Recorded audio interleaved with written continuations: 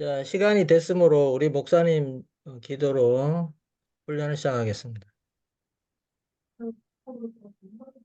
기도하겠습니다. 하늘에 계신 아버지 하나님, 우리 안교 선교부에서 새롭게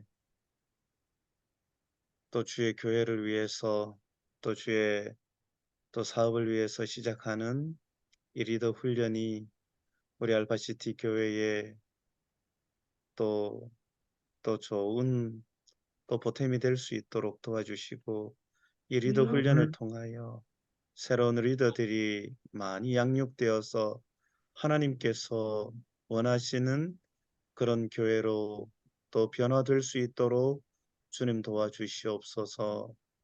또 이 일을 진행하시고 주관하시는 우리 안선부 또 이끌어 가시는 우리 장로님과 또 우리 모든 우리 집사님들, 그리고 함께 또 동행하기를 원하는 우리 모든 분들에게 하나님의 은혜와 지혜를 허락하셔서 이 10번의 시간을 통하여 또 하나님 성령께서 함께 하셔서 정말 아멘. 이 시간들을 통하여 하나님께서 하실 일을 또 이 시간에 꼭 이룰 수 있도록 주여 도와주시옵소서. 주님께서 이 아멘. 모든 시간에 함께하여 주시기를 예수님 이름으로 기도드립니다. 아멘. 아멘.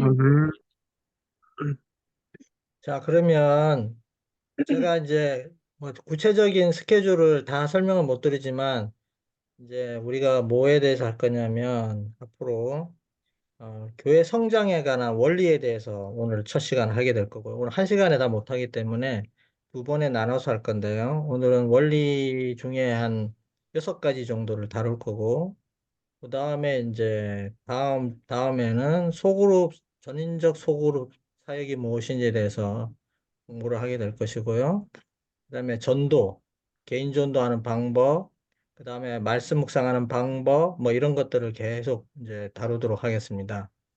제가 구체적인 스케줄은 아직 올려드리지 않았지만 전체 공지를 한번 하도록 할게요. 그리고 제가 이제 질문을 하면 여러분들이 대답을 좀 해주시면 제가 이제 이해도를 따라서 진행하는 데 도움이 많이 되겠습니다. 얼굴을 저렇게 가리고 계시면 제가 표정이 대체 제가 강의하는데 벽을 보고 하는 것 같아요. 그래서 좀 얼굴을 보여주기 싫으신 분들은 좀 멀찍이 떨어져서 이렇게 하시면 잘 안 보이니까 좀 그렇게라도 좀 보여주시면 좋겠고요. 자, 그러면 이제 강의를 시작하겠습니다. 그리고 제가 강의 끝나고 나서 시간을 좀 드릴 테니까 그 시간에 여러분들 질문하고 싶은 내용이나 또 특별히 하고 싶은 말씀, 토의하는 시간을 좀 갖도록 하겠습니다. 이것은 제가 하는 강의는 제 어떤 개인적 주관으로 강의를 하는 게 아니고 여러 서적들 속에서 나와 있는 내용들을 제가 요약해서 정리해서 설명을 해드리는 거니까 참고하시면 되겠습니다. 자, 잠깐만요. 공유를 해야 되는데. 아, 보이십니까? 화면이 보이십니까? 예, 잘 보입니다. 네. 자, 그러면 제가 질문 한번 해볼게요. 우리 교회는 지금 이 상태를 유지하면 충분합니까? 아니면 더 성장을 해야 합니까? 저 상당해야 합니다. 성장해야죠. 왜 그렇게 생각하세요? 네? 왜 그렇게 생각하세요? 이 상태로 있으면 10년 뒤가 되면 어떻게 될까요? 교인들이 뭐. 우리가 지난번 NCD 그 조사를 해서 음, 이제 결과가 나왔지 않습니까? 네네. 그 결과에 우리 교회 점수가 35점이에요, 평균이. 네. 근데 우리 재림교회, 다른 음, 개신교 말고 우리 재림교회 평균이 몇 점이냐면 43점이에요. 그럼 음, 우리가 한 10점 정도 낮죠, 그죠? 네. 그러면 향후에 이 상태를 계속 유지하면 우리 교회는 어떻게 되느냐 추세 그래프를 보면 점점점 하락하게 돼 있어요. 결국은 어떻게 되냐면 교회가 문을 닫게 되는 거죠. 그래서 우리는 진- 지금 상태를 유지하면 위험해요. 성장을 해야 돼요. 그리고 또 우리가 실제적으로 우리가 감당할 수 없는 규모가 큰 건물 안에 들어와 있습니다. 여러분도 아시겠지만 재작년에 우리 교회가 재정 적자가 마이너스 1,500만 원. 그리고 작년에는 900 몇십만 원이 났어요. 재정 적자가. 그러면 이렇게 재정 적자가 계속 나는 상태를 유지하게 되면 결국은 우리 교회는 재정 고갈로 인해서 이 건물 안에 더 이상 있을 수가 없게 되는 거죠. 그러니까 어떻게든 성장을 해서 우리가 이 건물을 충분히 감당할 수 있는 정도의 재정적인 뒷받침이 돼야 되는 게 현실이에요. 음, 예, 그리고 실제로 여러분들 우리 교회가 가지고 있는 이 상황이 어떤 상황하고 비슷하냐면 쉬운 예를 들면 우리가 이제 원래 한 100만 원 주고 월세를 사는 상가를 우리가 구했어요. 그 정도면 우리가 충분히 수익을 내 가지고 월세를 낼 수가 있어요. 그런데 지금 우리 교회는 어떤 상황이냐면 200만 원을 주고 들어가야 되는 월세를 구한 거예요. 월세 상가를 구한 거예요. 우리는 수익을 내도 100만 원밖에 월세를 낼 수 없는데 200만 원짜리 상가에 우리가 들어와 있는 거예요. 아무런 어떻게 보면 200만 원어치의 월세를 낼 수 있을 만큼의 계획도 없이 들어왔다고 보시면 돼요. 어떻게 보면 무작정 들어온 거예요. 그러면 지금이라도 어떻게 해야 돼요? 이 상가에서 안 나갈 거면 어떻게든 200만 원 이상의 수익을 낼 수 있는 월세를 낼 수 있는 정도의 어, 수익 창출을 해야 되는 거죠. 쉽게 얘기하면 그런 겁니다. 그래서 우리 교회가 성장을 하지 않으면 굉장히 향후에 재정적으로 굉장히 어려움을 겪게 되는 게 현실이에요. 그리고 여러분 우리 교회는요 단순한 교회가 아닙니다. 영남합회에 굉장히 많은 성도들이 이 선교센터를 짓도록 하기 위해서 헌금을 많이 하셨어요. 물론 우리 교인분들도 많이 헌금을 하시고 이 센터 안에 들어와 있지만 그분들이 기대하는 게 있어요. 센터 안에 있는 합회와 우리 알파시티 교회가 얼마나 또 그만한 우리가 헌신하고 투자한 결과를 창출해 낼 것인가. 거기에 대한 기대를 갖고 있거든요. 우리는 어떻게 보면 영남합회 많은 교회들의 주목을 받고 있는 상황이에요. 그런데 우리가 괄목할 만한 성장을 이루지 못하고 정말 다른 교회들도 따라할 만한 성장 모델을 만들지 못한다면 그것은 참 우리가 다른 교회들에게 참 부끄러운 일이고 또 우리가 할 말이 없는 상황이 발생하는 거죠. 그래서 우리는 성장이 어떻게 보면 다른 교회는 그냥 이 상태를 유지하는 걸로도 충분하지만 우리는 성장하지 않으면 안 되는 절대절명의 상황에 있다고 여러분 생각하시면 됩니다. 그래서 성장하기 위해서 어떤 변화를 줘야 될지에서 우리가 고민을 많이 해야 되는 거죠. 자, 그러면 한번 얘기를 나눠볼게요. 여러분들 이 책을 좀 보실 기회가 있으시면 한번 구해서 보시면 좋겠어요. 예, 요 세 가지 책인데요. 세 가지 책은 여러분들이 어, 시중에서 구할 수 있습니다. 두 권의 책은 우리 교회에서 출간한 책이에요. 잃어버린 열정의 회복, 우리 재림교회 한국교회 성장연구소, 그리고 또 한 권은 한국연합회 선교부에서 발행한 책, 성공 중인 교회 7가지 역량. 그리고 팀 켈러의 센터 처치, 이 책은 이제 교회 개척에 관한 책이에요. 교회 개척에 관한 책이 들어있고요. 자, 이런 책들을 여러분들이 좀 기회가 되시면 보시고, 제가 여기 있는 내용들의 일부를 좀 인용을 하긴 할 건데, 전체를 한번 보시면 많은 여러분들이 생각들을 할 수 있습니다.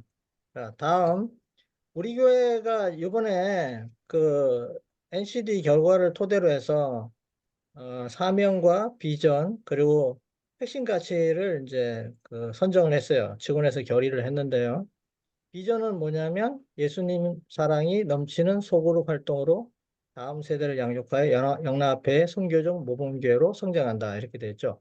여기 핵심 키워드가 뭐냐면 소그룹, 다음 세대, 그리고 모범교회. 이게 핵심 키워드가 되겠고요. 사명은 새천세 기배로 온 세상에 선포하여 다시 오실 예수님을 맞이하자.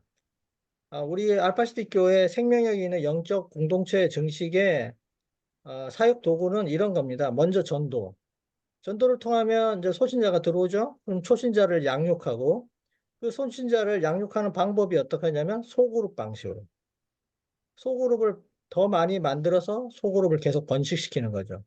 그 다음에 우리가 또 제자를 양성해서 일꾼을 양성하고, 그리고 거기서 그치는 게 아니라 우리는 사실 아까도 얘기했지만 영락앞에 많은 교회들의 헌신으로 해서 지어진 건물 안에 들어와 있기 때문에 그런 우리보다 어려운 형편에 있는 교회들을 도와줘야 될 어떤 책임이 있어요.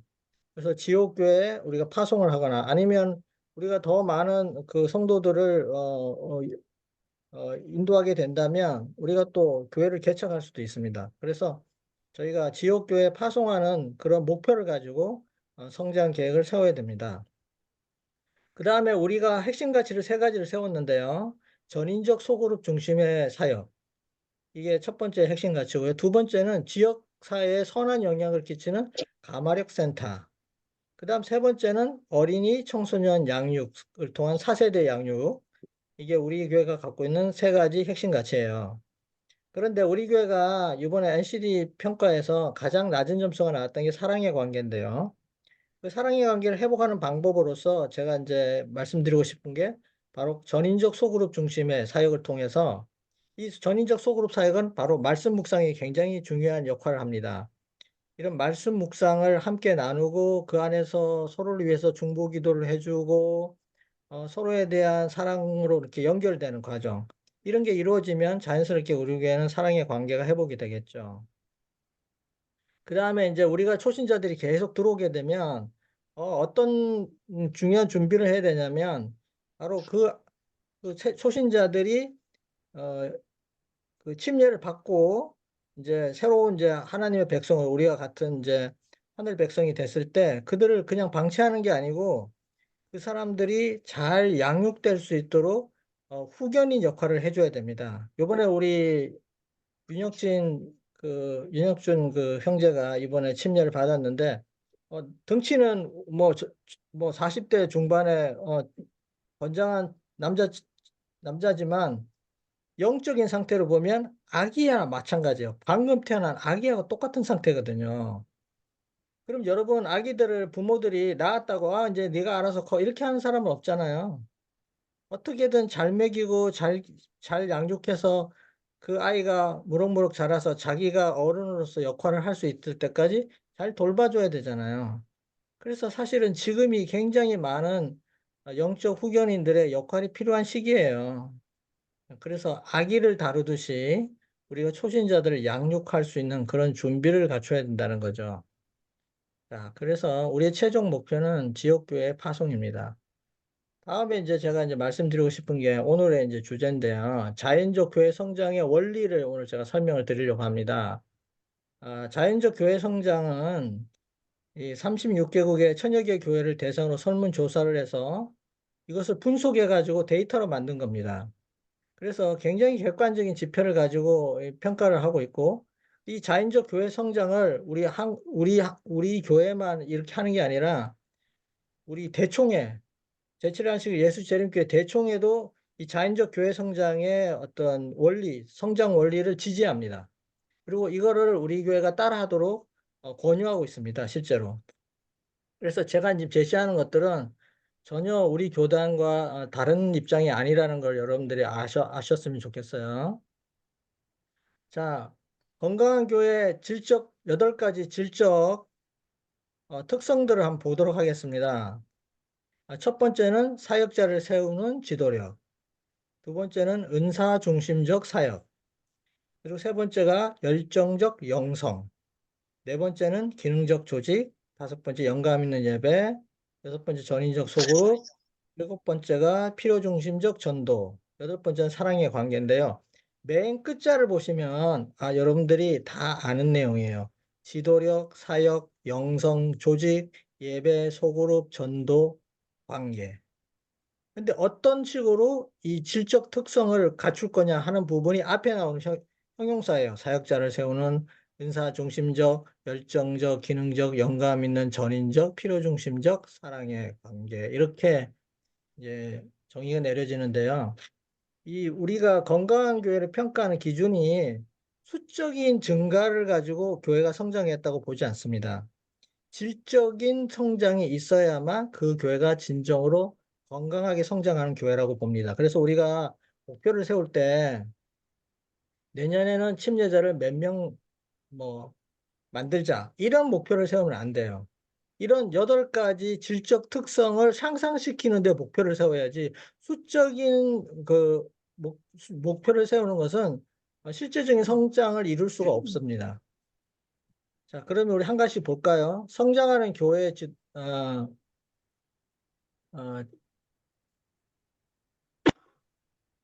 사역자를 세우는 지도력 제가 한번 보겠습니다. 사역자를 세우는 지도력 여기 보면 어, 첫 번째는 사역을 위해 다른 교인들에게 기회와 권한을 부여하는 일에 중점을 둔다.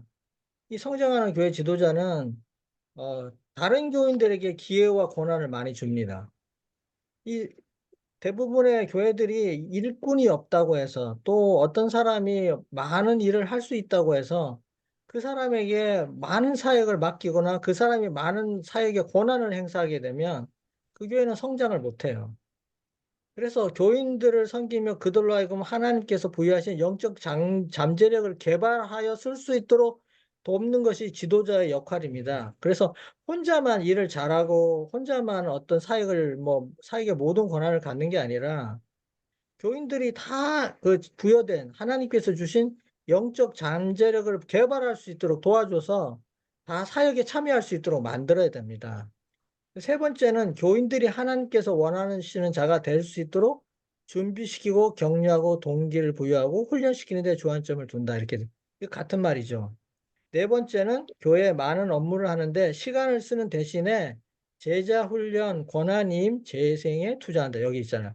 제자 훈련을 해야 되고 권한을 그 사람에게 위임하고 또 재생에 또 투자를 하는 겁니다. 이런 과정들이 계속 이루어져야만 진정으로 건강한 교회가 될 수 있죠. 이 제자 훈련에 대해서는 생소하게 생각하시는 분들이 많이 있는데 우리 교회 요람에도 제자도라는 게 나와요. 제자 훈련을 시켜야 되는 이유들에 대해서 자세하게 나와 있습니다. 그래서 이것은 우리 한국 교회뿐만 아니라 전 세계 대총회에서 권장하는 겁니다. 제자 훈련은. 자, 그 다음에 이제 은사 중심적 사역을 제가 보겠는데요. 자, 은사 중심적 사역은 여러분들은 자신의 은사가 어떤 게 있는지 알고 계신가요? 자신이 갖고 있는 은사가 어떤 건지 알고 계세요? 잘 모르시는 분이 많을 거예요. 왜냐하면 은사 테스트를 안 받아보셨잖아요. 저도 제 은사가 뭔지 잘 몰라요. 예. 뭐 한다. 예. 그런데 하나님은 어떤 사람이든지 간에 그 은사를 다 주셨어요. 그래서 어떤 사람은 아무것도 은사가 없는 사람은 없어요. 다 모든 사람에게 여기서 말하는 이 은사라는 건 어떤 은사냐면, 타고나는 은사가 아니에요. 타고난 재능을 얘기하는 게 아닙니다. 성령 하나님의 그 인도하심을 받아서 성령 하나님으로부터 받는 능력이에요. 그래서 하나님은 이 그리스도인 모두에게 은사를 다 주셨어요. 근데 그 은사가 다 다양해요. 제가 하나 더 질문을 해볼게요. 어떤 사람이 사역을 하는데 이 사람은 이 A라는 일을 업무를 맡기고 싶은데 이 사람은 그 사역에 은사가 있어요. 그런 사역에 은사를 가진 사람이에요. 그런데 이 사람은 그렇게 하고 싶어 하지 않아. 자신감이 없어. 또, 또 B라는 사람은 이 사역에 대해서 하고 싶은 마음은 있는데 그렇게 뭐 그 은사에 재능이 있는 분은 아니야. 그러면 그 사역을 A라는 사람에게 맡겨야 될까요? B라는 사람에게 맡겨야 될까요? 예. 예. 우리는 하고 싶어 하는 사람에게 이제 사역을 맡기는 경향이 있지만 실제로는 나중에 결과를 보면 은사를 가지고 있는 그 사역에 은사가 적합한 사람이 그 사역을 맡는 게 장기적으로 봤을 때 훨씬 더 효과적이고 그 사역을 더 발전시킬 수 있는 능력이 있습니다. 자기가 하고 싶다고 해서 그런 은사가 없는 사람이 그 사역을 하게 되면 나중에 지쳐요. 예, 지치게 되고 힘들어지고 능률이 올라가지 않아요. 그래서 우리 교회의 모든 교인들이 자신이 가진 은사가 무엇인지 알아야 됩니다. 그래서 우리가 올 한 해 동안 은사 테스트를 통해서 여러분들의 은사를 다 알려드릴 거예요. 그리고 선거위원회가 되면, 연말에 선거위원회가 되면 그 데이터를 바탕으로 해서 교회에서 그분에 맞는 사역들을 이렇게 배정할 수 있도록 객관적 기준을 마련할 생각입니다. 그냥 선거위원들 임의대로 자기들의 판단에, 주관적 판단에 의해서 직분을 맡기는 것보다 훨씬 더 능률적이고 그 사람이 그 사역에 적합한 사역을 할 수가 있게 됩니다. 자, 세 번째는 열정적 영성인데요. 이 열정적 영성은 이 네 가지 성장 원리가 있습니다. 교회 성장의 핵심적인 요소는 영적인 신조나 영적인 관례가 아니라 성도들이 기쁨과 열정으로 헌신과 믿음의 삶을 살고 있는가 하는 점이다. 여기 뭐라고 돼 있어요? 성장의 핵심 요소가 영적인 신조나 영적 관례가 아니라는 겁니다. 신조나 관례가 중요한 게 아니라 뭐가 있어야 돼요? 헌신과 믿음의 삶이 있어야 되는 거예요. 그것도 헌신과 믿음이 그냥 있는 게 아니고 기쁨과 열정이 있어야 돼요.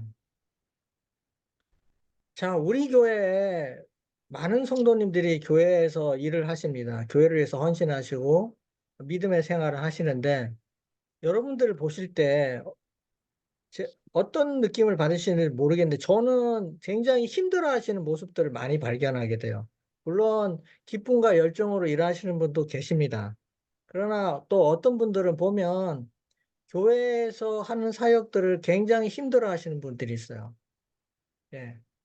특히 젊은 분들 중에 그런 분들이 꽤 많이 있는 걸 제가 느껴요. 그분들이 교회 일을 등한시하거나 또 교회 일에 뭐 무관심하거나 그러지는 않아요. 정말 책임감과 또 의무감에 의해서 일을 하시는 모습을 제가 보게 돼요. 그런데 굉장히 힘들게 일하시는 모습을 보게 돼요. 거기서 기쁨을 느끼는 분도 계시겠지만 또 많이 또 일을 하시면서 부담감을 느끼는 분도 상당히 많이 계십니다.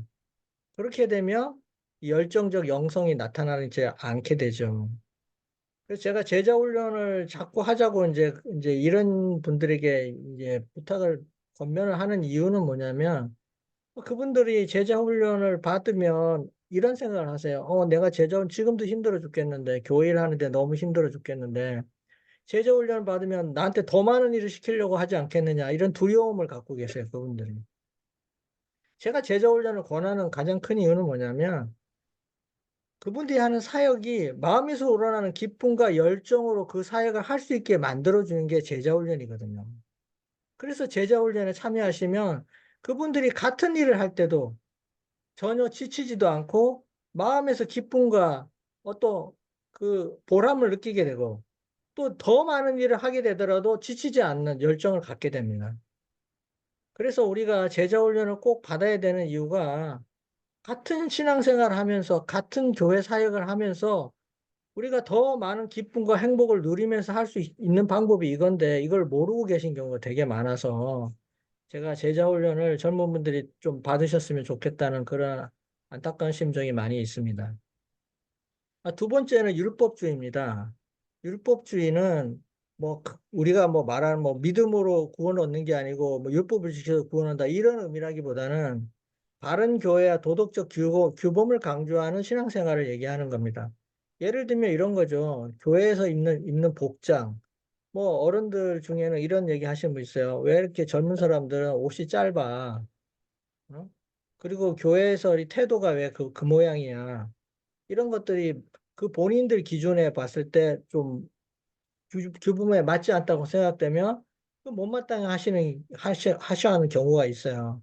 근데 그거는 열정적 영성과는 하등의 관계가 없습니다. 그런 것들에 너무 매몰되고 그런 것들을 너무 강조하는 교회들은 열정적 영성이 떨어져요. 세 번째는 교인들의 기도 시간은 교회의 질적, 양적 성장에 미미한 영향을 주는 반면 기도가 영감 있는 경험이 있었나 하는 것은 교회 성장과 깊은 관련이 있다.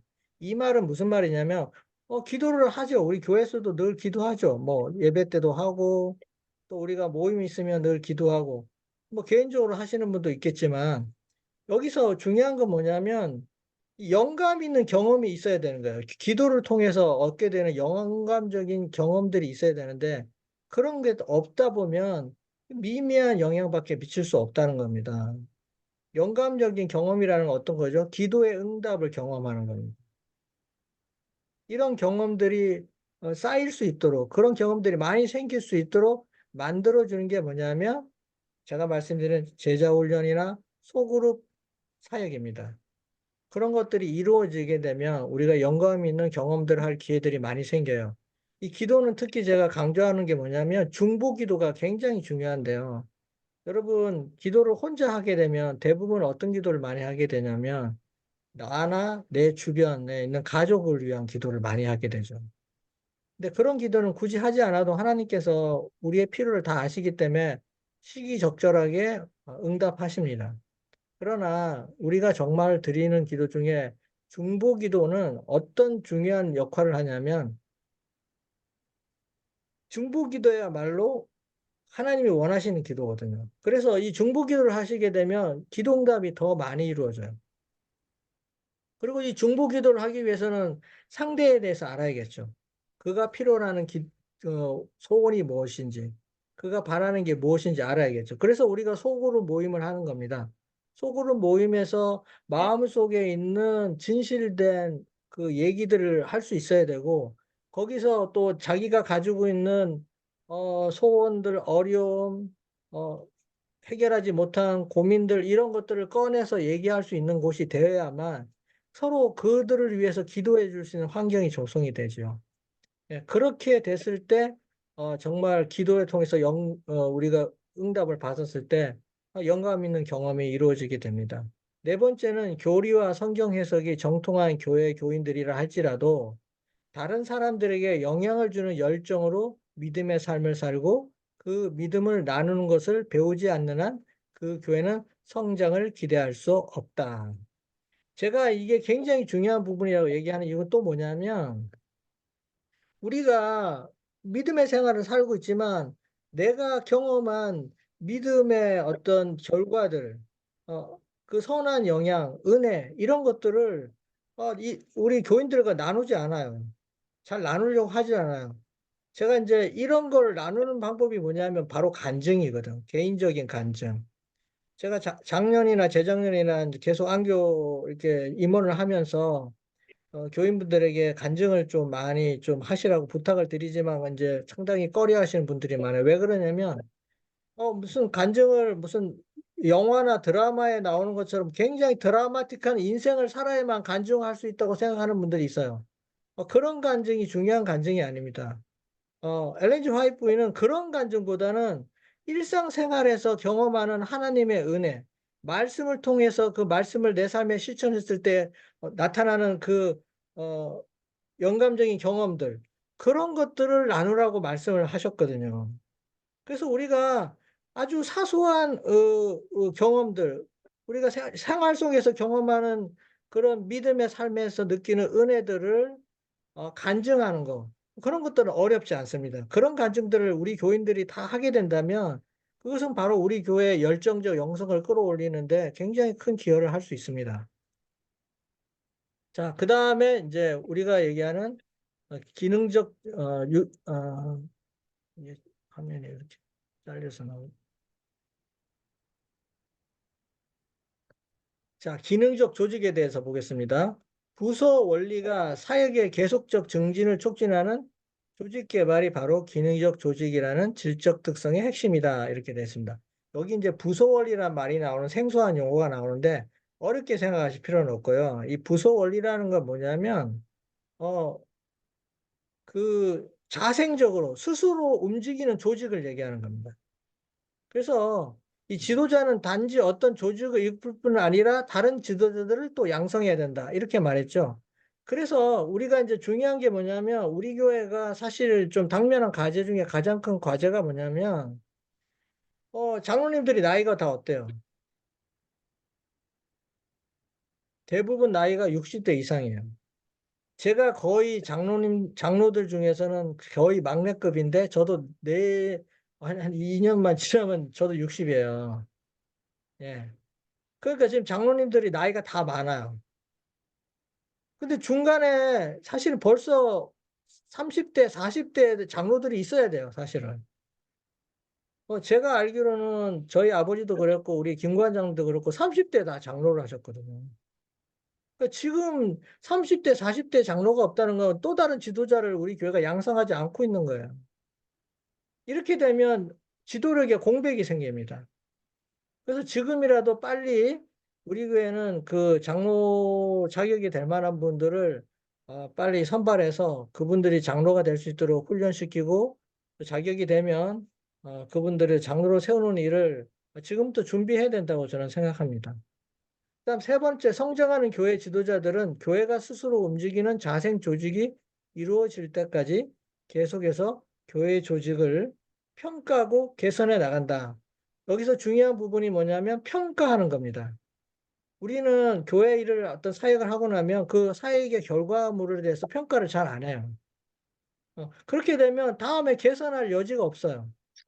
그냥 하던 그대로 계속 하게 됩니다. 그게 잘못됐든 잘 됐든 그냥 그대로 가요. 그래서 우리가 항상 교회에서 어떤 사역이 이루어지면 그 사역에 대한 평가가 지속적으로 꾸준히 일어나야 돼요. 이 평가는 조직에 대한 평가뿐만 아니라 개인의 신앙에 대한 평가도 해야 됩니다. 물론 이걸 우리가 평가 자료를 뭐 공개하거나 그런 건 아니지만 스스로가 나의 개인적 신앙이 어떤지 평가하는 그런 지침이 있어야 돼요. 그래서 우리가 올해는 우리 교인들 전부 다가 교회 내가 신앙생활을 어떻게 하고 있는지 평가를 해볼 수 있는 그 설문지를 다 드릴 거예요. 그래서 본인이 체크를 하고 평가를 해볼 수 있는 기회를 드리도록 할 겁니다. 그리고 정기적으로 교회 어떤 조직, 소그룹이라든지 뭐 여러 부서들의 그런 것들을 평가하는 그런 계획을 갖고 있습니다. 네 번째, 이 기준에 도달하는데 장애가 되는 요인들, 예를 들면 일할 수 있도록 여건이 조성이 안 된 체제라든지 편리하지 못한 예배 시간이라든지 동기부여가 안 되는 재정적 관행 등은 없애거나 바꿔야 한다. 여기 우리 보면 어, 우리가 만든 조직들이 보면 잘 바꾸려고 하지 않아요. 옛날에 그렇게 했었으니까 지금도 그냥 그렇게 가야 돼. 이런 어떤 고정관념을 가지고 우리가 조직을 만드는 경우가 많은데 그렇게 하면은 이 세상의 변화와 사람들이 변화를 따라가지 못해요. 어, 그리고 또 예배 시간도 딱 정해놓고 그 시간은 딱 지켜야 되고 우리가 요 시간 아니면 절대 안 돼. 뭐 무조건 뭐 안실학교는 10시에 시작해야 돼. 뭐 예배는 뭐 11시에 해야 돼. 뭐 이렇게 꼭 정해놓고 예배를 정하는 것도 그것도 우리가 개선해야 될 부분이에요. 젊은 사람들 중에는 아침 일찍 못 일어나는 분도 많이 있어요. 낮밤이 바뀌어서 사는 분들 있죠. 밤에는 막 야행성인데, 낮에는 막 졸리고 이런 분들 있어요. 늦게 일어나시는 분들. 특히 우리 청년들이 좀 그런 경향이 심한데, 안식일 예배 시간에 오기가 너무 힘들어요. 그러면 그분들은 예배를 고정 시간을 정해놓고 그 시간에 오라고 아무리 얘기한다고 해서 그분들이 예배에 참석할 수가 없잖아요. 그럼 그분들을 위한 예배 시간을 또 배려해 주는 것도 괜찮다고 생각합니다. 그래 서울에 있는 액트교회는 예배 시간이 언제냐면 오후 1시예요. 왜 그렇게 했을까요? 대학생 아이들이 주말에 겨우 이제 안식일 되면 이제 쉰다고 밤늦게 뭐 하다가 이제 아침에 늦게 일어나잖아. 그럼 교회 예배 시간은 늦게 오니까 그분들이 예배 시간을 못 맞추신단 말이에요. 그래서 아예 오후 시간에 1시에 예배 시간을 잡아놨어요. 예. 그러면 그분들은 오후에 와서 하루 종일 교회에 있어요. 그렇게 예배를 필요로 하는 사람, 음, 예배 참여하고 싶지만 여건이 안 되는 분들은 그 여건을 맞춰주는 거. 그런 것도 우리가 얼마든지 개혁할 수 있는 부분들이죠. 그 다음에, 동기부여가 안 되는 재정적 관행이라는 건 어떤 게 있을까요? 작년에도 우리가 이 부서에서 예산을 이만큼 썼으니까 올해도 그냥 이렇게 쓰겠어. 이렇게 하는 것보다는 필요에 의해서 우리가 어떤 재정적 필요에 의해서 이런 예산은 줄이고 이런 예산은 더 필요하니까 더 늘리고 이런 식으로 유기적으로 우리가 이런 재정적 관행들도 좀 타파할 수 있는 그런 개혁이 또 필요합니다. 그 다음에 영감 있는 예배, 이게 마지막인데요. 영감 있는 예배에 대해서 말씀드릴게요. 자, 예배 형식은 교회 성장과 무관하며 교회 성장의 결정적 요인은 예배가 과연 성도들에게 영감 넘치는 예배인가라는 점이다. 예. 교회 성장의 결정적 요인이 뭐라고요? 영감 넘치는 예배인가? 형식은 중요하지 않다는 거예요. 형식과는 별 관계가 없어요. 예배 형식과 교회 성장과는 별 관계가 없다는 얘기입니다. 영감 있는 예배의 경험은 사람들이 교회에 가는 것을 즐겁게 만든다. 예배가 즐거워야 된다. 여러분들은 이 말에 공감하십니까? 음, 예배는 엄숙해야 되고, 예배는 경건해야 되고, 뭐 이런 얘기는 많이 들어보셨죠? 근데 예배가, 예배가 즐거워야 되고, 예? 그런 얘기는 잘 못 들어보셨잖아요. 근데 이게 무슨 일반 교회들에서 얘기하는 교회 성장 원리가 아니라 엘리 지 화이트분도 이 얘기를 많이 하셨어요. 예. 그리고 예배 형식을 너무 중요하게 여기는 우리 그 분들이 좀 있어요. 교회 안에 보면 반드시 예배는 뭐 3번 일어나서 송영해야 되고 2번 기도해야 되고 뭐 이렇게 막 예배 순서를 거창하게 이렇게 넣어가지고 꼭 그렇게만 해야 된다고 생각. 뭐 연금을 걷는 시간은 뭐 요 시간에 해야 되고 뭐 이렇게 막 이 룰을 막 정해가지고 이게 무슨 대충의 룰인 것처럼 그렇게 생각하는 분도 있어요. 이게 우리 교회 전통이다. 이게 우리 교회 예배다. 이렇게 생각하시는 분들도 있어요. 근데 그거는 잘 모르셔서 하는 말씀이세요. 제가 요 뒤에 부분에 설명을 하겠지만.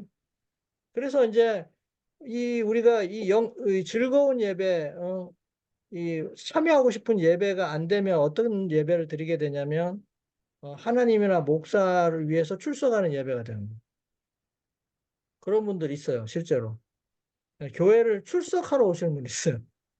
그리고 교회에서 사역을 하시지만 어떻게 사역을 하면 무보수로 교회에서 쉽게 말하면 출근해서 일하는 것처럼 일하시는 분들도 있어요. 예. 하나님이나 목사를 위해서 교회에 출석하는 거. 하나님, 제가 교회 와서 오늘 안식일날 출석했습니다. 출석 체크하고 갑니다. 이제 이렇게 예배를 드리게 되면 그 예배가 지루하고 기쁘지 않은 예배가 돼버리죠. 예. 그런 예배는 또 하나님이 그렇게 즐겁게 받아주시지 않으세요. 본인이 정말 원해서 마음에서 우러나와서 드리는 예배를 하나님은 받아주시거든요. 자, 네 번째는 진정한 영성은 내면에서만 일어나야 한다는 사고는 예배에 부정적 영향을 주는데 멋진 예배 장소, 잘 조직된 안내팀, 유능한 사회자, 잘 짜여진 예배 순서 등의 요소들을 중요치 않게 여긴다. 거꾸로 얘기하면 뭡니까? 이러한 잘 짜여진 예배가 필요하다는 겁니다. 진정한 영성 있는 예배를 드리기 위해서는 우리가 정말 계획을 잘하고 그 예배가 세련되고 그리고 진행이 아주 매끄럽고 예, 그런 과정들이 치밀하게 준비되고 사전에 다 리허설도 해서 실수 없이 지내지는 예배 이런 예배가 필요하다고 얘기합니다. 자, 그러면 우리가 이제 오해하는 부분들이 좀 있는 부분들에 대해서 교회 예배와 집회들에 대한 교회론에서는 어떻게 얘기하고 있는지 한번 볼까요? 주를 경배하고 그의 사업에 참여하는 것은 즐거움이 되어야 할 것이다. 엄숙함만 있는 게 아니에요. 즐거움이 되어야 된대요. 그리스도와 십자가에 못 박힌 그분은 우리의 명상과 대화의 제목이 되어야 할 것이요. 우리의 가장 기쁜 정서의 제목이 되어야 할 것이다. 예배의 가장 중요한 제목이 뭡니까? 그리스도와 십자가입니다. 예수님이 빠진 예배는 있을 수가 없어요. 예수님이 주인공이 아닌 예배, 하나님이 주인공이 아닌 예배는 그건 예배라고 할 수가 없어요. 우리는 공중 예배를 위한 일정한 예배 의식 형식이나 순서를 규정하지 아니한다. 여기 이렇게 나오잖아요. 교회 여러분 이렇게 나와요. 공중 예배에 일정한 의식이나 형식 순서가 없다는 겁니다. 그거는 그 교회 형편에 맞춰서 얼마든지 순서를 조정할 수 있다는 겁니다. 짧은 예배 순서가 일반적으로 진정한 예배 정신에 더 적합하다. 여러분, 이 놀랍지 않습니까? 우리는 길게 드리는 예배, 장황한 예배, 막 앉았다 일어났다 몇 번 반복하는 예배, 이런 예배가 더 거룩한 예배고 진정으로 드리는 예배라고 생각하기 쉬우나 교회 여러하면 그렇게 말하지 않아요. 짧은 예배 순서가 일반적으로 진정한 예배 정신에 더 적합하다. 긴 예배 드리지 말라고 써놨어요. 여러분은 그 문맥 전체를 다 보실게요. 제가 나중에 파일을 올려드리겠지만. 그리고 공중기도를 오래 하시는 분들이 있어요. 막 5분씩, 어떤 분 10분씩 하시기도 해요. 대표 기도를 하라 그러면. 이 교회 오면 분명히 이렇게 나와 있습니다. 일반적인 기도는, 공중기도는 1분에서 2분으로 충분하다. 공중기도를 길게 하는 사람은 뭐라고까지 얘기했냐면 집에서 하나님과의 교제가 없는 사람이다. 그래서 여기 와서 개인 기도를 하는 거다. 그렇게까지 말하고 있어요. 그 다음에 예언의 시내는 예배에 관해서 어떻게 말하고 있는지 한번 볼까요? 예배 시간을 아주 흥미있게 하여라. 하루 중에 이 예배 시간이 가장 유쾌하고 기쁜 시간이 되지 않을 하등의 이유가 없다. 예배를 어떻게 하라고요? 흥미있게 하라. 때때로 어떻게 하래요? 예배 형식을 달리하라. 예배 형식을 바꾸라는 거예요. 지루하지 않도록. 그리고 비록 안식일에라도 너무 길게 하거나 흥미 없이 함으로써 실증이 나지 않도록 해라. 뭐 길게 하지 말라는 거예요. 흥미 없이 하지 말라는 거예요. 우리 집회들은 매우 흥미 있게 하여야 한다. 하늘의 분위기가 감돌게 하여야 한다. 단지 시간을 메우기 위한 무미건조한 긴 설교와 형식적인 기도를 피하라. 설교를 길게 하지 마라 그랬어요. 그래서 화이트부인은 30분만 설교를 해도 충분하다는 말씀도 덧붙여 놓으셨어요. 자, 이렇게 해서 오늘 제가 하려는 강의를 이렇게 마치도록 하고요. 자, 남은 시간 15분 동안 여러분들의 질문을 받겠습니다. 또 추가로 뭐 어떤 자기 의견이나 이런 게 있으시면 말씀해 주시면 좋겠습니다.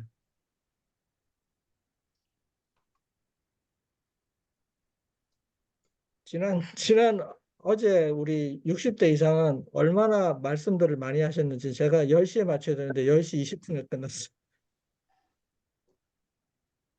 자, 이렇게 얘기하셔도 됩니다. 예. 오늘 강의에 대해서 뭐 느끼신 점은 없으신가요?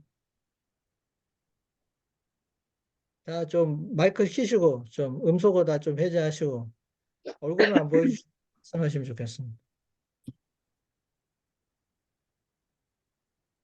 다 구구절절 옳은 말씀들이라 덧붙일 것도 없는 것 같은데. 네.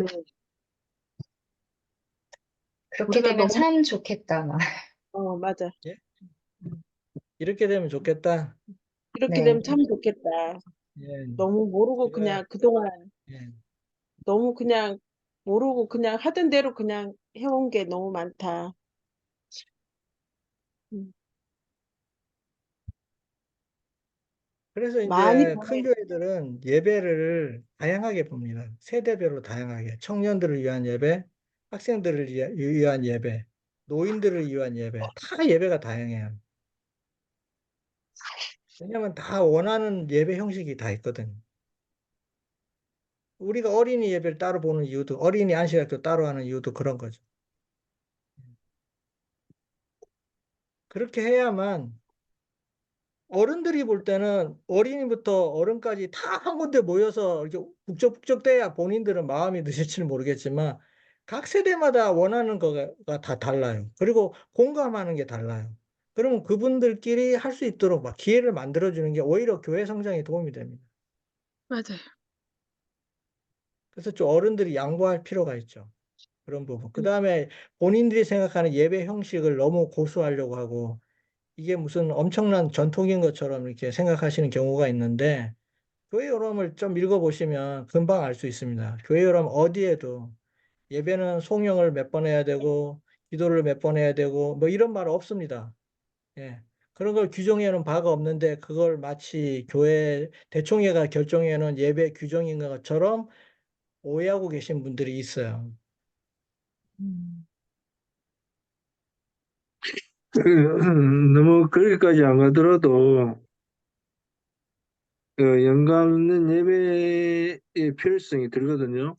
지금 우리 그 좀 사마다 다를 수는 있겠지만 제가 좀 이때 나이 좀 되기 전에는 20, 30대는 지금 시스템으로도 충분히 은혜가 됐고 또 다른 성도들과 그런 걸 봤을 때 좀 예배가 좋았거든요. 근데 언제부터인가 내 자신이 좀 부족해서 그런 것도 있겠지만은 좀 교회 예배가 너무 형식화되어 있고 시간이 너무 그렇게 좀 맞춰서 하는 것 같고 그런 게 좀 많이 느껴지기는. 그래서 이거 좀 변화돼야 되지 않을까 하는 생각이 들긴 드네요. 예. 허준성 집사님 뭐 어떻게 좀 예, 하실 저 말씀 없으십니까? 충분히 어떤 사역을 할 때, 나에게 은사가 없구나 이렇게 느껴질 때는 어떻게 해야 될까요? 그리고 은사가 있다 없다는 또 어떻게 알 수 있을까요? 이 은사 테스트를 한번 해보면 내가 어떤 은사를 갖고 있는지 다 알게 됩니다. 이제 음, 없으면 그럼 그 사역을 안 하는 게 맞을까요? 아니, 그러니까 모든 사람들에게 성령 하나님께서 모든 사람에게 다 은사를 다 주셨어요. 은사가 없는 사람은 없어요. 예. 그러니까 다양한 은사가 모여서 그리스도의 몸된 교회를 이루는 겁니다. 그리고 그 은사 중에 필요 없는 은사는 없어요. 다 필요한 은사들을 성령 하나님께서 교인들에게 다 주셨어요. 그래서 은사가 없어서 일을 못하는 사람은 없습니다. 테스트를 빨리 합시다. 은사 테스트 양식을 저희가 다 준비를 해놨으니까 음. 제자훈련부에서 빠른 시간 내에 이제 은사 테스트를 하시면 좋겠고 디스크 우리 지난번 검사했잖아요. 그것도 은사 테스트의 한 부분입니다. 이 사람이 가진 성격 유형을 또 아는 것도 굉장히 중요한 부분이 있어요. 예.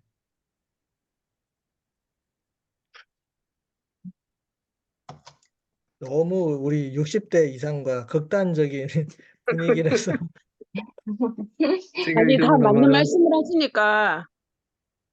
거기는 다 전혀 그렇게 생각하지 말씀하시니까. 않습니다. 그 거기는 또 영감 있는 예배라는 것이 우리는 되게 이렇게 거룩하고 엄숙한 그런 의미라고 생각을 했는데 오늘 얘기를 들으니까 정말 예수님과 함께하는 그 기쁨으로 충만한 흥미로운 예배도 그런 예배가 영감 있는 예배구나라는 걸 느낀 것 같아요. 그 전에 그 영감 있는 예배라는 단어가 주는 의미가 거룩하고 엄숙한 이런 의미인 줄 알았거든요. 거룩하고 그것도 엄숙한 것도 맞죠. 의미가 틀린 건 있어요. 아니죠. 근데 음, 이제 음. 그 의미를 잘못 알고 있는 사람이 있어. 거룩과 엄숙이라는 건 형식적으로. 즐거우면 안 되고 너무 그렇게 음, 막 이렇게 들떠 있으면 안 되고 뭐 음. 이러면 안 된다고 생각하는 것 같아, 사람들은. 그러니까요. 그런 의미가 포함되어 있을 거라고는 잘 생각을 전혀 못했던 그렇지 것 않습니다. 같아요. 거룩의 의미가 그렇게 뭐 우리가 뭐 그냥 찍소리도 못하고 막 그냥 막 위축된 상태에서 뭐 경건한 뭐 얼굴과 표정과 뭐 그런 거를 가지고 있어야만 뭐 그게 정말 영감 있는 예배라고 이제 생각하는 분들이 있는데 전혀 그렇지 않습니다. 예. 오히려 하나님께 드리는 이 경배를 기뻐하는 걸 표현할 수 있는 예배가 정말 거룩한 예배예요. 내 마음속에 하나님께 드리고 싶은 찬양과 경배가 넘치는 예배.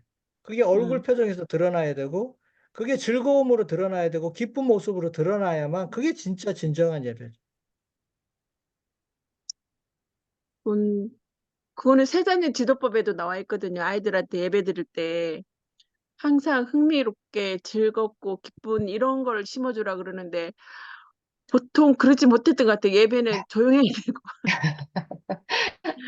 예배 항상 다른 방법으로 드려주고 하라고 하는데 그렇게 안 했던 것 같아요. 맞아요. 그리고 여러분 그 삼육학교 다니는 친구들이 음, 교회에서 예배 보는 거 지긋지긋해 하거든요. 그러니까 맞아요. 학교에서도 맨날 예배 보는데 또 교회 와서 예배 보면 막 지긋지긋 왜 그럴까요? 예배가 흥미롭지 않아서 그래요. 맞아요. 예배가 재밌고 흥미로우면 왜 지긋지긋해 하겠어요? 그러니까 우리가 예배를 잘못 가르친 거죠. 영감 있는 예배에 대한 말씀을 좀 전 교인들이 좀 들으면 좋을 것 같아요. 예.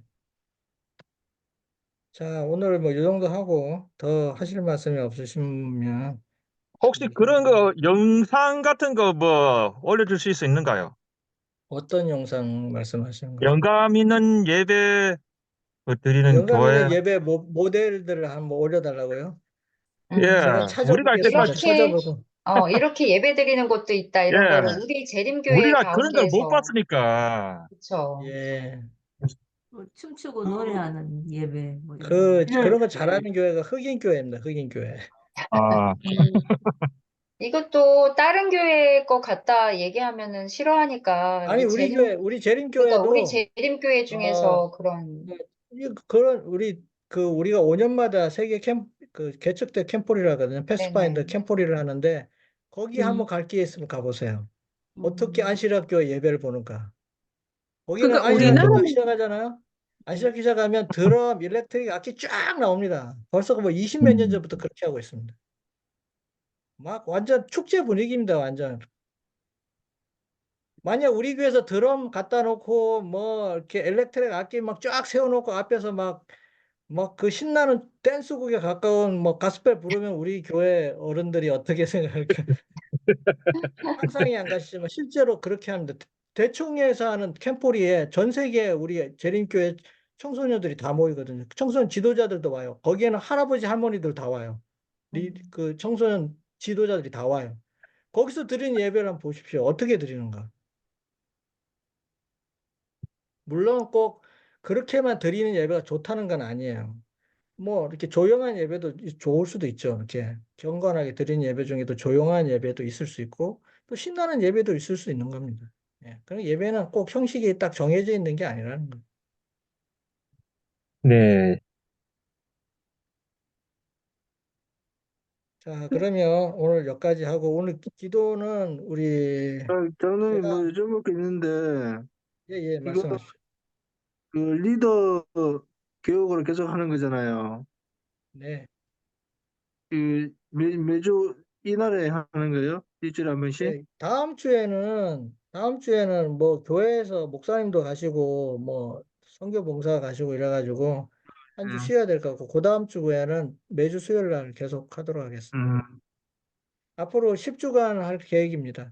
아니 9주 남았네요. 예, 좀 더 많은 사람들이 참여해야 좋을 것 같은데, 이거 뭐, 좀 그러네요, 제 생각은. 예, 좀 홍보를 많이 합시다, 홍보를. 홍보를 네, 좀 홍보도 해야 해주십시오. 될 것 같고. 감사합니다. 질문이 아니더라도 뭐 의견이 있으시면 말씀해 주셔도 좋고. 장로님, 저기 방금 영감 있는 예배라고 이렇게 말씀을 그 이번 이야기 했잖아요. 마지막 순서에. 예, 근데 지금의 현재의 우리 순서나 이런 내용들이 그럼 장로님 생각에는 어떻다고 생각하세요?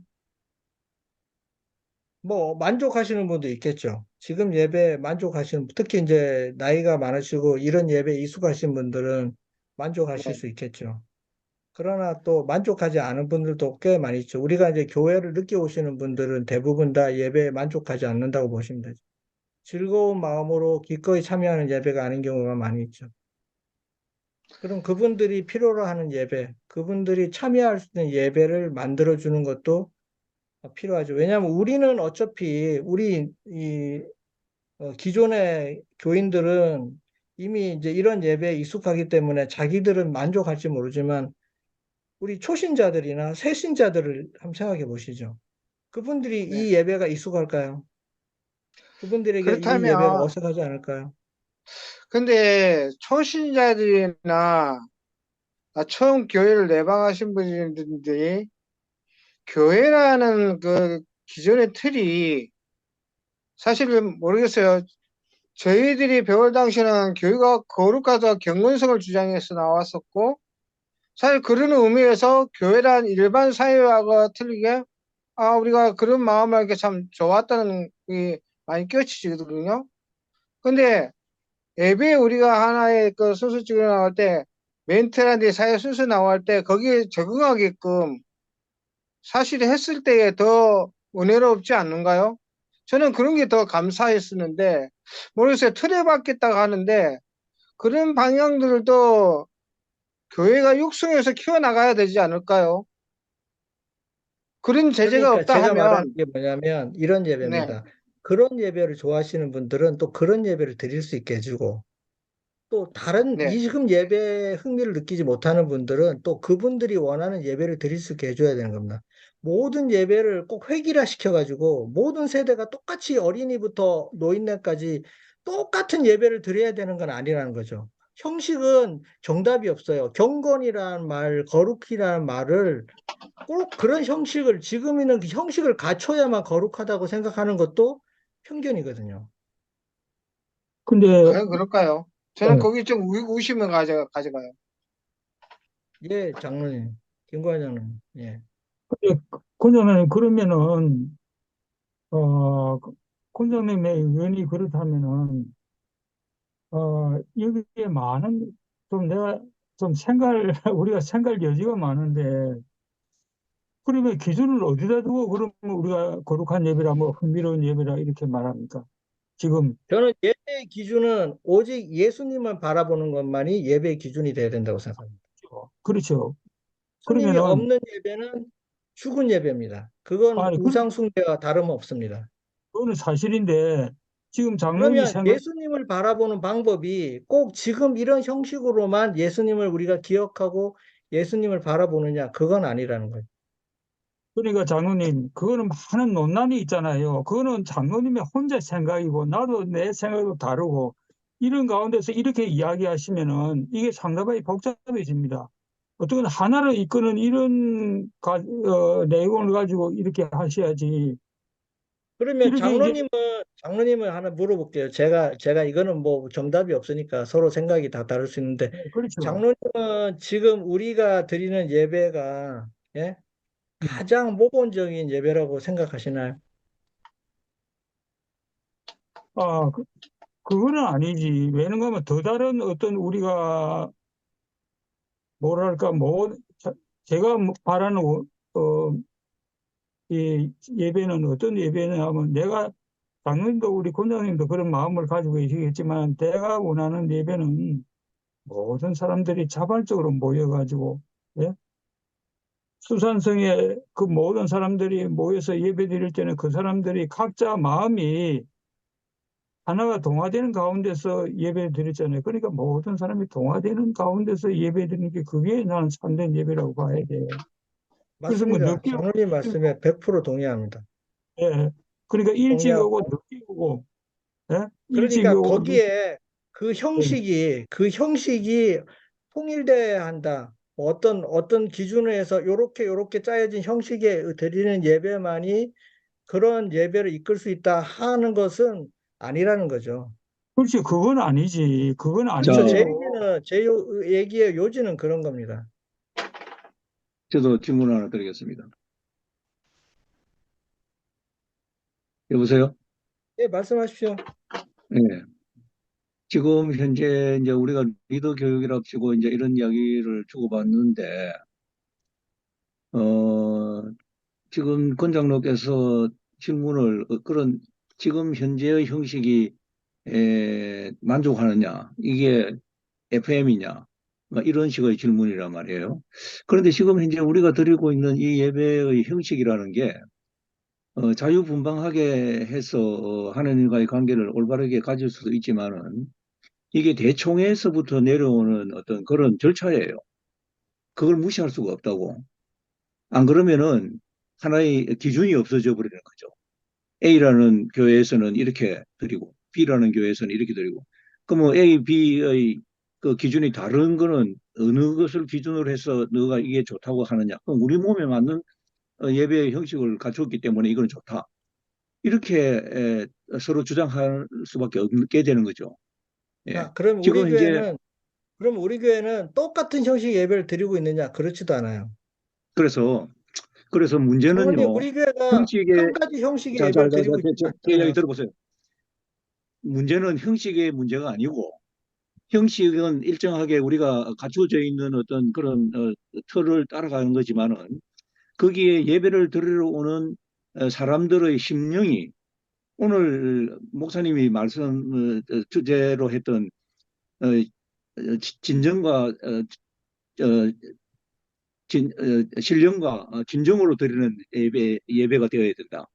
이게 오늘 그 주제 말씀이었다고요. 저도 100% 그런 동의합니다. 식으로 저는.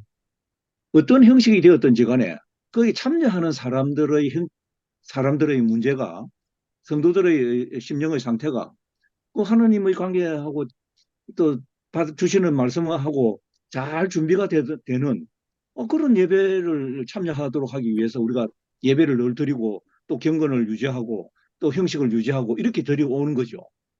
이거는 그러니까 아까 이게 성장 이게 원리에서 잘못됐다. 얘기한 그다음에 요지가 그거잖아, 장로님. 지금 똑같은 얘기를 소개하시는 하시는데 음, 장로님은 소- 뭘 얘기하고 싶은 거냐면 형식을 유지해야 된다고 얘기하고 계세요, 지금. 아니 그러니까 형식을 유지하고 있다는 걸 제가 주장하는 게 아니고 지금 권 장로께서 이야기하는 이게 선이고 이때까지 했던 이런 상황이 발전을 저해시키는 요인이니 이걸 바꿔야 한다. 이런 식으로 지금 주장을 하고 있다고. 그렇게 흑백 그건 논리로 주장이 안 돼, 이해하시면 틀린 잘못 거죠. 들으신 거예요. 오늘 제 강의를 잘못 들으신 거예요. 음. 저는 흑백 논리로 얘기한 게 아니라 아니, 사람마다 자기들이 좋아하는 예배 형식이 지금 있어요. 우리가 질문 시간을 우리가 주었기 때문에 우리가 이런 예. 식의 이야기를 할 수가 있는 그러니까 거죠. 제가 지금 설명드리는 것들에 일반적으로 오해가 권장로의 있을까 입장만 봐 쭉 설명을 이야기했다는 드리는 거예요. 그런 흑백 논리로 이야기한 거예요. 아니, 제가 설명드린 내용은 그런 내용이 아니라 저는 기존 예배가 잘못됐다, 틀렸다고 얘기한 적이 없어요. 장로님이 그렇게 오해하시면 안 그렇게 된다는 얘기예요. 하셨습니다. 그렇게 이야기를 했어요. 그렇게 그래서 말하지 바뀌어야 않았습니다. 된다. 이렇게 이야기를 한 거예요. 제가 얘기하는 왜냐하면 거는 젊은 사람들이 거기에 흥미를 느끼지 못하기 때문에 이거는 바뀌어야 된다. 이렇게 이야기한 거예요. 그 지금 말은 있는 이때까지 예배로 유지하고 있는 게 잘못됐다. 만족하시면 이거는 상관이 이야기예요. 없지만 그래서 그러면 바뀌어야 되는 거죠. 장로님 이런 거 물어볼게요. 그러면 이 예배가 언제 만들어진 예배죠?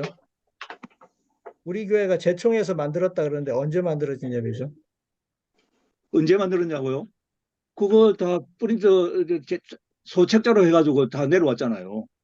그러니까 그 그게 예배가 간편 1800년대에 만들어진 예배입니다. 아니에요. 1800년대. 그 1800년도 아니에요. 그거 잘못하신 거예요. 그 그러면 2000년도 이후에 만들어진 거예요. 돌아가서 네. 그러면 사도행전 시절에 예배는 어떤 예배였나요? 지금 이거하고 다르면 그러면 우리 교회는 그 사도행전 시절에 초대 교회들이 그 드렸던 예배와 지금 우리 교회 예배가 똑같나요? 다르죠. 자, 장로님. 그게 무슨 말씀이에요? 아니, 초대 아니, 그러니까 교회의 형식을 이야기하는 우리 겁니까? 교회가 주장하는 예배가 가장 모범적인 예배라고 주장하려면 사도행전 시절에 초대교회 그 예배하고 우리 예배가 똑같거나 뭐 그래야 될 거 아닙니까? 그렇지는 아니, 않잖아요. 지금 이제 대총회에서 그러니까 짧은 형식의 대총회가 만들어진 게 설립된 게 끽해봐야 이제 150년밖에 안 됐는데, 예? 그래서 우리는 제7일 안식일 예수 재림 교인으로서 그 대총회에 내려오는 어떤 지침이라든지 그러니까 이런 걸 대총회가 따라가지고 그걸 유지하는 데가 알겠죠. 대의 어, 예배도 있고 그 다음에 소위 예배도 있고 폼이 다양해요. 한 가지 폼만 그렇습니다. 있는 게 아니에요. 그렇습니다. 그러니까 예배 형식은 다양하다고 우리 교회 안에서도. 하지만은 골격은 유지하고 있다는 거예요. 그러니까 기본 골격은 있죠. 네? 기도도 없는 예배, 뭐 찬양도 없는 예배는 당연히 없어야죠. 그런 예배는 당연히 있어야 되는 거고.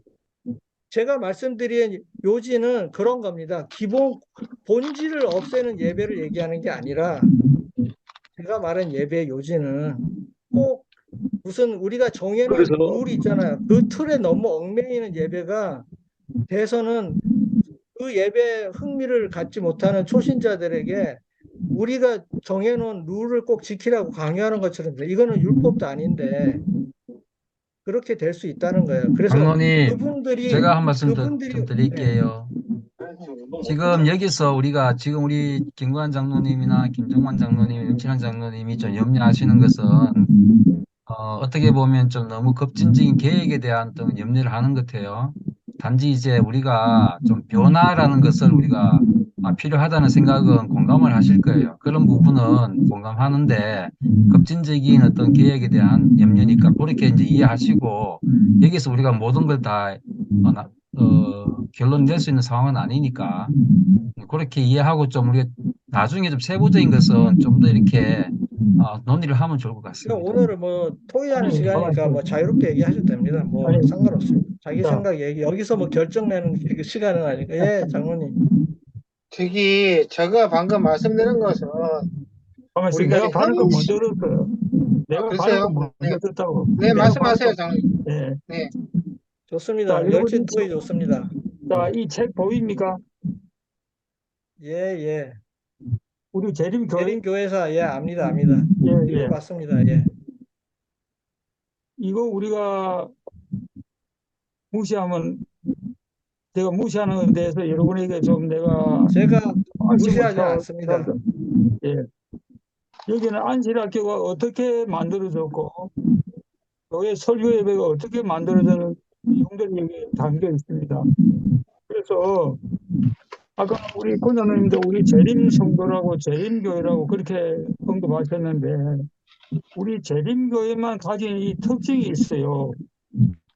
이 특징을 우리가 만일에 이걸 등한시한다면은 우리 교회에 많은 문제가 발생합니다. 만일에 이게 우리가 연회실이 없다고 생각한다면은 하루에도 우리 교회가 아마 천지다가 30명은 나올 거예요. 그러니까 제가 그렇게 너무 이제 장로님들의 공통점이 있는데 뭐냐면 확대해서 가세요. 이걸 뭐 내가 무슨 새로운 뭐 예배 형식을 만들 것처럼 걱정하시는 이런, 아니 지금 우리가 권장로님이 본질이 중요하죠. 본질, 확대하고 예배 본질. 계시잖아요. 예배 네? 내가 안에 말 찬미가 들어보십시오. 있고 기도가 있고 권장로님, 이런 게 제 있지 말을 않습니까? 들어보시라니까. 지금 제 예. 말을 아직 안 끝났잖아요. 권장로님이 이런 말을 많이 하시려 그러면은 정말로 우리가 진지한 토의가 있어야 돼요. 그래서 토의 후에 이렇게 서로가 뭐랄까, 여기 지금 오늘까지 5가지 이야기했잖아요, 그죠? 오늘 이 제가 한 모든 이야기는 예. 그 자연적 교회 성장에 나오는 책을 제가 요약해서 설명드린 거고, 아니 그러니까 그리고 대총회가 자연적 교회 성장에 대해서 동의합니다. 대총회가 지지합니다. 이런 식으로 하라고 지지하고 있습니다. 아니 그러니까 내가 이것만 반박으로 내가 이야기하는 게고, 장로님께서 오늘 이 말씀하시는 이 내용을 우리가 전부 다 이해하고 하기 위해서는 우리에게 정말 진지한 토의와 이 열린 마음이 이게 요구되는데, 지금 그렇지 예. 않은 상태에서 이것을 이야기하니까 이런 일들이 자꾸 벌어지는 거예요. 지금 장로님 물어봅시다. 장로님의 교회 조직이 필요합니까? 안 그러면 믿음이 필요합니까? 둘 다 필요하죠. 뭐 한 예? 가지만 가지고 교회가 아니 지금 운영이 됩니까? 장로님이 말씀하신 걸 들으면은 내 개인적인 내 들음이 몰라도 장로님은 지금 조직이 더 우선으로 이야기하는 거예요. 예? 전혀 그렇지 않습니다. 그런 것도 편견이 있습니다. 아니 그러니까 우리가 조직보다도 우리의 정말 믿음의 마음이 이게 요구되고 있잖아요. 장로님도 그렇게 조직도 필요합니다. 아니 그러니까 지금 장로님이 말씀하시는 모든 것은 이걸 이루기 위해서는 조직이 더 우선임을 이야기하는 것 아니요, 같다니까. 우선이라고 말한 적 없는데 자꾸 장로님은 자꾸 이상하게 저를 그렇게 몰아가세요. 둘 다 아니 필요하다고 뭐가 얘기하는데 그렇게 왜 자꾸 말하세요. 우선이, 뭐라고 하는 것도 제가 아니고 그렇게 하시면 안 되죠. 토의는 그렇게 하는 게 아니고, 아니 내가 내가 둘 다 뭐라 안 필요하다고 얘기하는데 하잖아요. 장로님은 뭐 자꾸 그런 식으로 말꼬리를 자꾸 하시면 안 되죠. 예, 제가 조직이 더 필요하다고 얘기하지 않지 않습니까? 서로 이제 이런 어떤 그 논의를 정말 심도 깊게 의논하면서 그렇게 제가 교육이 이제 진행됐으면 좋겠습니다. 이슈를 던지면 여러분들도 한번 고민해 보시고 우리 교회 성장에 도움이 될 수 있는 방안들을 찾아보시라는 거지. 옛날 그대로 당할 것 같으면 훈련이 못 필요하고 우리가 이런 이슈를 다룰 필요가 없죠. 아니 장로님이 아까 말씀하셨는데 오늘 성장이 시간이 안 요 정도 된다. 됐고 장로님 저하고 개인적으로 또 따로 하시죠. 다른 분들 아니 이제 얘기 많이 했으니까. 봐요. 장로님 말씀하기를 아까 이래가지고는 성장이 안 된다. 단언하셨잖아요. 왜 장로님 그렇게 단언하십니까? 이때까지 성장이 그렇잖아요. 안 됐으니까. 그건 장로님 혼자 생각이지. 아니 우리 니들도 교회 통계가 나와 있지 않습니까? 장로님, 우리 교회가 지금까지 성장을 뭐 얼마나 했습니까? 그거는 사실을 그대로 나오잖아요. 이게 원인인지는 모르겠지만 어쨌든 우리 교회가 성장 안 한 건 맞잖아요. 최근에 와서 조금 변화가 생겼을 뿐이지. 그래서 그런데 어떤 의미에서 그 성장을 했습니까? 안 했습니까? 단적으로 이렇게 이야기하는 그리고 이게 것은 수적인 그게 성장을 아니에요. 얘기하는 게 아니라 그리고 제가 얘기하는 건 성장이라 하는 게, 질적인 성장이 우리가 35점이에요. 자, 알파시티 잠깐 교회 보세요. 35점이면 안식일 교회 평균이 43점입니다. 자, 우리 교회 잠깐만요. 성장했다고 말할 수 없죠. 장로님 잠깐만요. 그래서 지금 장로님은 성장했다고 볼 수 없다고 이래 이야기했다고. 하나님의 그렇죠. 사업에서 성장이라는 게 뭘 그걸 의미하는 인정 거예요? 안 하면 우리가 다른 걸 얘기할 수가 없죠. 아니, 뭘 성장했다는 그게 뭘 어떤 성장을 해야 성장했다 하는 걸 이야기하는 것입니까? 그러니까 성도, 자연적 교회 성장에서 얘기하는 성장은 성도의 어떤 걸 수가 늘어나는 얘기하냐면, 겁니까? 성도의 아니, 수가 자연적 교회 성장에서 얘기하는 음, 성장은 질적 음, 성장을 얘기해요. 수적인 그래요. 성장을 얘기하지 않고요. 그게 중요하다 이 말이에요. 질적 그 성장이 질적 중요해요. 성장이 8가지 방식으로 평균이 나와요. 근데 우리가 35점이 그래서 나왔어요. 그게 우리 교회가 성장이 하나도 안 됐다 이런 식으로 단적으로 이야기할 수가 없다니까요. 그걸 성장을 어떻게 보느냐고. 이번에 평균 우리가 이하면 시험을 성장을 안 한 거죠. 그걸 뭐 말할 필요도 없는 거죠. 아니죠. 그거는 이번에 당연한 우리가 거죠. 테스트를 한 그런 경우가 테스트를 한 사람의 입장도 있을 거고 30명의 기준이 그 다 천편일치지 않다고요. 아, 그런 그러니까 사람들을 어쨌든 그렇게 하더라도 그 통계를 부인해버리면 얘기가 안 돼요. 우리가 그걸 부인해버리면 더 이상 무슨 논의가 되겠습니까? 기준이 없는데. 다 각자 그래서 생각이 다 다르다 이러고 끝나야죠. 그래서 맞죠? 성장의 기준이 뭐냐는 거예요. 평가가 뭐냐라는 거예요. 그거 지금 이제 NCD 그거 테스트한 그거 가지고 성장으로 따지는 겁니까?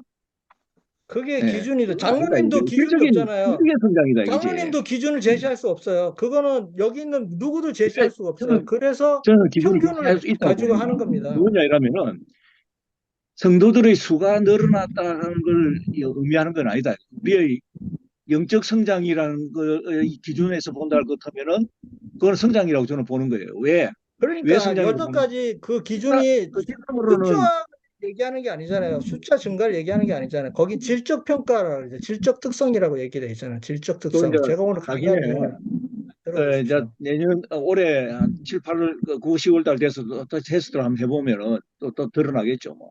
예. 근데 그게 그리고 성적이 좋게 나오려면 우리가 뭔가 이번에 변화를 일으켜야지 드러나게 그렇게 성장이 되는 겁니다. 하느님 자, 사업이라는 게 너무 이제 열되게 얘기하셔서 좋은데 우리 김명수 집사 한마디 할 수 있게 기회를 드리겠습니다. 아니, 오늘 저희들이 이거 소그룹 리더 교육은 지금 첫 번째 하는 거잖아요. 교회를 예. 변화를 주기 위해서 지금 이렇게 모여서 늦은 시간까지 하고 있는데, 네 말이 옳으니 내 말이 옳으니 이거 갖고 너무 많이 시간을 소모하는 것 같아요. 그리고 초신자나 젊은 사람들이 교회 오는 거를 즐거워하지 않는가, 그 사람들이 즐거워할 수 있는 분위기를 만들어 주자는 거잖아요. 지금 건장로님 그렇죠. 말씀은. 예, 맞아요. 그것도 맞아요. 그렇지만은 기본은 가르쳐야 된다고 봐요, 저는. 그냥 그 그렇죠. 초심 젊은 사람들이 와서 즐겁게만 놀다 예배를 보고 간다는 게 아니라 교회 안에 규범이 있다는 것도 배워야 됩니다. 그래야지 우리가 되지. 그리고 예, 맞습니다. 예, 그런 장로님, 걸 다 집사님 말씀에 저 100% 동의합니다. 제가 오늘 형식적 강의한 내용이 집사님의 의견과 다르지 않습니다. 똑같습니다. 그런데 본질은 바뀌면 안 돼요. 예배의 본질, 그냥 예배의 핵심을 바뀌면 안 돼요. 그거는 바뀔 수가 없어요. 그거는 그대로 유지해야 되고요. 제가 얘기하는 거 화이트 부인이 왜 자꾸 흥미로운 예배를 만들도록 연구해 보라고 한 의미를 좀 생각해 보셔야 돼요.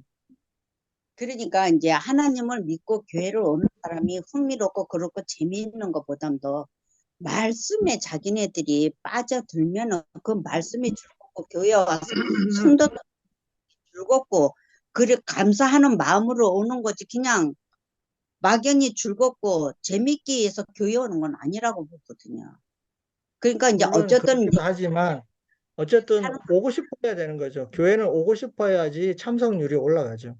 네, 물론 올 수 있게 오고 싶은데 만드는 게 중요하죠. 재미로 오는 게 아니라 말씀을 듣는 흥미를 가져갖고 와야 된다는 거예요. 그냥 그러니까 즐겁 흥미 유발이 안 되는데 그 사람들 보고 오라고 하면 되는 게 아니거든요. 일단 오게 해야 되거든요.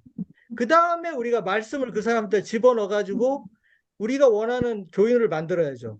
근데 맨 처음부터 즐거운 마음으로 오는 사람은 없어요. 그리고 또 처음에 하나님을 믿고 교회라서 침례를 받으면 어느 정도 말씀이 인내하고 들어가. 참고 교회 다녀라 이렇게 얘기할 수 있으면 좋겠지만 우리 요즘 현대인들이 그렇게 인내심이 없어요. 처음에 와보고 그럼 에이 재미없어 그러면 바꿔야죠, 안 와버려요. 그러면. 안 와버려요. 그 다음에 안 와버리는데 뭐 그게 그, 현실인데요. 어떻게? 그렇게 장로님처럼 안아버린다고 얘기가 하면은 더 이상 대화를 할 수가 없어요, 사실. 그러니까 그 사람들이 안 오는 이유를 알아야 돼요. 우리가 왜 안 오는, 우리가 가게 식당을 열었는데 손님들이 아, 대부분 처음에 왔을 때 알아요. 한번 먹어보고 맛이 없으면 안 와요. 아, 교회도 그거야. 그 사람들은 무슨 신앙을 가지고 오는 게 아니잖아요. 그죠? 그 사람들은 흥미로 와요. 처음에는 이 교회 한번 와볼까? 이러고 와요. 왔는데 자기가 원하는 예배나 자기가 원하는 교회 분위기가 아니면 안 올 수 있어요. 그 사람들도 우리가 배려를 해야 되거든요. 아, 배려는 해줘야죠. 예? 예, 이 정도만 하고 오늘 너무 많이 이제 첫 시간인데 앞으로 9시간 남았는데 이렇게 열띠게 하다가는 예, 아직 뒤에 하다 장로님, 보면 여러분들이 장로님, 장로님, 예, 권희욱 말씀하시죠. 장로님, 혹시 말씀하세요. 이 10번 하는 이 과정에 대해서 전체적으로 어떤 그 매뉴얼 같은 걸 알 수가 있나요? 제가 어떤 올려드릴게요. 과목인지. 나중에 예, 올려드릴게요. 예, 예. 지금 스케줄은 예, 다 나와 있는데 제가 이제 예. 여기 그 나이 많으신 분들은 제가 이런 걸 왜 빨리 안 나가냐면 걱정들이 너무 많았어요. 뭐 변화라는 것 자체가 원래 나이 드시면 좀 이렇게 두렵거든요. 이 또 바뀌면 어떻게 되나, 우리 교회가 어떻게 이상한 데로 가는 거 아니야, 막 이렇게 걱정하시는 분들이 많아요. 그래서 제가 진도를 천천히 나가기 때문에 오늘은 좀 진도를 많이 뺀 편이에요. 오늘 뭐 이렇게 딱 오리엔테이션 정도밖에 안 했어요. 사실 오리엔테이션밖에 안 했는데 되게 걱정이 장로님. 많으시고 그만하고 이제 마치겠습니다. 장로님 저한테 개인적으로 이제 그래요. 하시죠. 김관 장로님, 아니, 내가 그만하시죠. 한마디만 하고 싶은 할게요. 말씀 많으셔도 여기까지 내가 하겠습니다. 아니, 내가 한마디만. 장로님 오늘 세 번째 장로님. 얘기하시는데 그만하시죠. 한마디만 아니, 들고 한마디. 다음 주에 하셔도 되잖아요. 다음 주에 뭐 안 들어오실 거예요. 오늘 장로님, 여기까지만 하세요.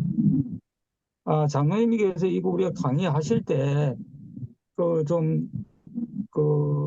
제가 한 강의는 제가 만들어내서 한 게 강의가 아니고 자연적 교회 성경에 나오는 책을 요약해서 오늘 강의해 드렸습니다. 아니, 그래, 제가 지어낸 얘기가 아닙니다.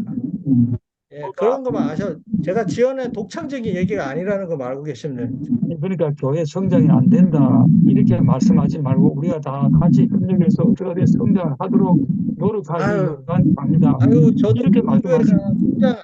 성장하기를 바라는 사람이지 교회 성장이 안 아니, 된다고 나도 얘기하면 마찬가지지.